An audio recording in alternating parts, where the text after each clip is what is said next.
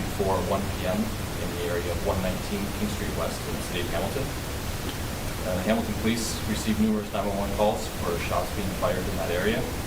Responding officers located a single male victim lying on the sidewalk suffering from gunshot wounds. That victim was transported to the local hospital where he was later pronounced deceased as a result of gunshot wounds. That victim has now been identified as 19-year-old Alexander Kirchumaru of Hamilton.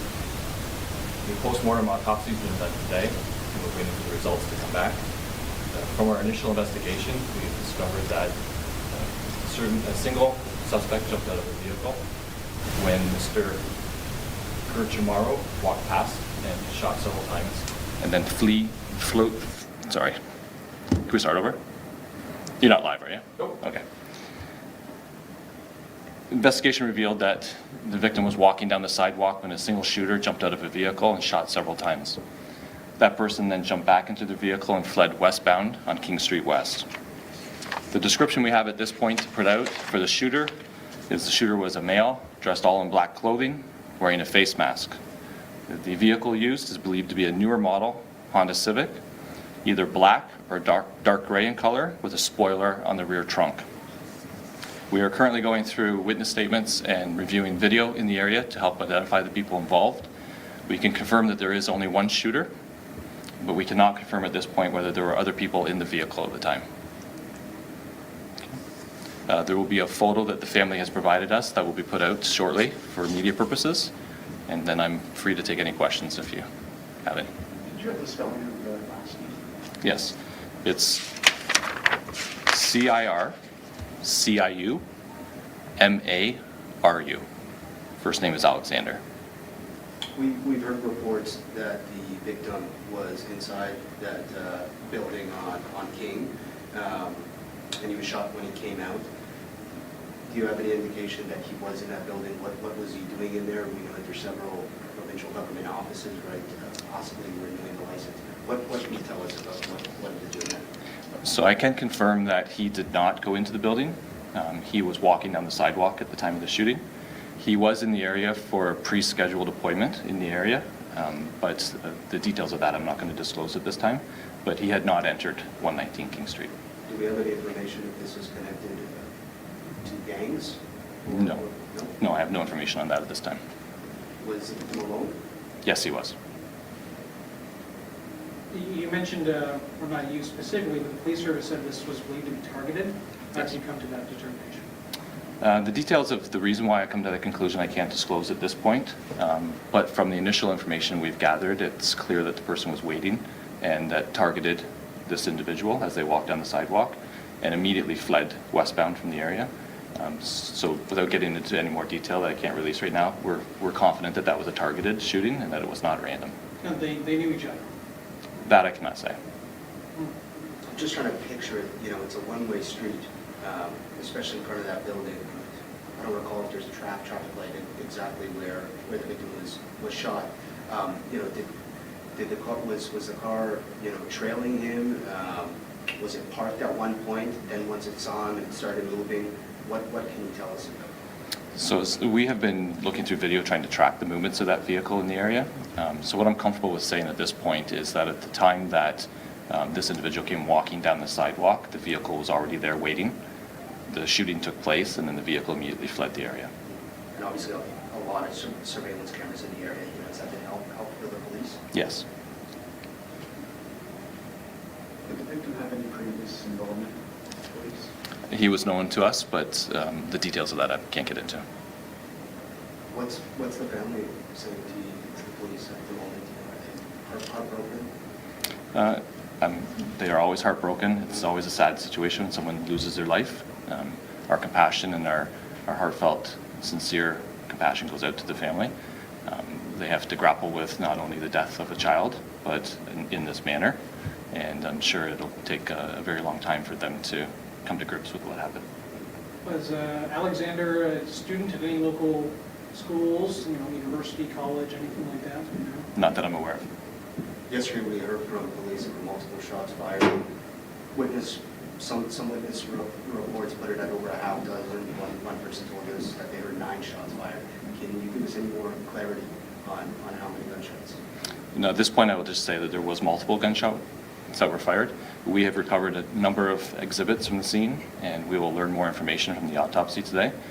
But the specific number I would not get into. I would hold that back at this point. No weapon recovered at this point? No. With it happening in the middle of the day in a busy area, any thoughts on how fortunate it is that nobody else was hit? Yes, from what we can tell at the moment of the shooting, there was no people like in the immediate vicinity within a few feet, but certainly there were dozens, if not, it could be 100 people moving through that area at that time of day. So that's always a concern to the police. Any shooting is a concern to us, but to occur at 1 o'clock in the downtown core, government buildings nearby, malls nearby, it's always an extra level of concern for us. And it didn't appear like people were necessarily right in the crossfire, but it could have easily occurred. That spot, sometimes there are people who camp there or sleep there for the night. Do you know if the victim was unhoused? No, he was not unhoused. He had a residence in the city. Mm-hmm. And do you have more information on exactly how many resources were required by the police service to respond to this so far? I don't keep track of that number. The majority of the patrol squad that was working at the time responded. We had assistance from multiple detective units that came in to assist, and forensics, complete forensic unit that was available came in to help us as well. Is this the 10th shooting of the year? I don't know. It's the second homicide. I'm not sure about the number of shootings because we do have a shooting response team now that deals with the majority of the shootings.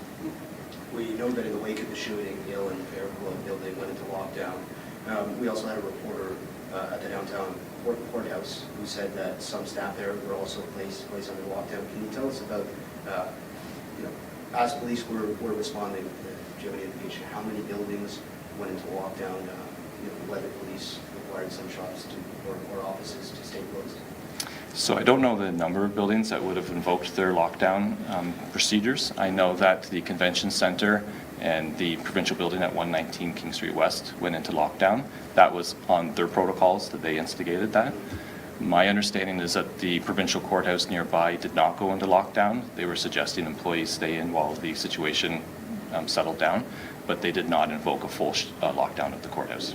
There's a restaurant across the street from the shooting. Did you guys tell them to stay inside or anything? So in terms of police invoking or instigating a lockdown situation, the responding officers within a minute or two of responding to the call, they were aware that the suspect had fled the area in a vehicle.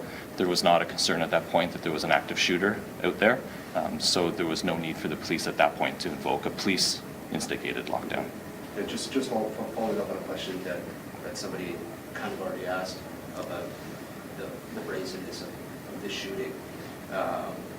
Is it possible, given that it happened during lunch hour with people out and about, somebody else could have been hit? For sure. There were numerous people that we could see on video walking through that area. The government buildings and the mall nearby, there's people coming through the crosswalks at all times of the day there. There were numerous people that could have been easily caught in the crossfire here. Do we have more information about why this happened? Why did this person shoot the other? Yeah, any information with the motive of the shooting, I'm going to not disclose at this point. We're very early in the investigation, and some of those details we just can't release to the public. And so is it that you have an idea right now, but you're not releasing it, or you're just not that far into it yet? I'm just not going to comment either way on regarding the motive. And what if the suspect happens to be following the news coverage, sees this, anything you would say to them? I would suggest they call their lawyer and call the police and arrange to come and speak to us, because we cannot, as a society, allow this to happen without consequences. Okay, if there's no more questions, we'll go in there. Just the name and spelling and your title. Sure. My first name is Daryl, D-A-R-Y-L. My last name is Reid, R-E-I-D, and I'm Detective Sergeant in the Homicide Unit.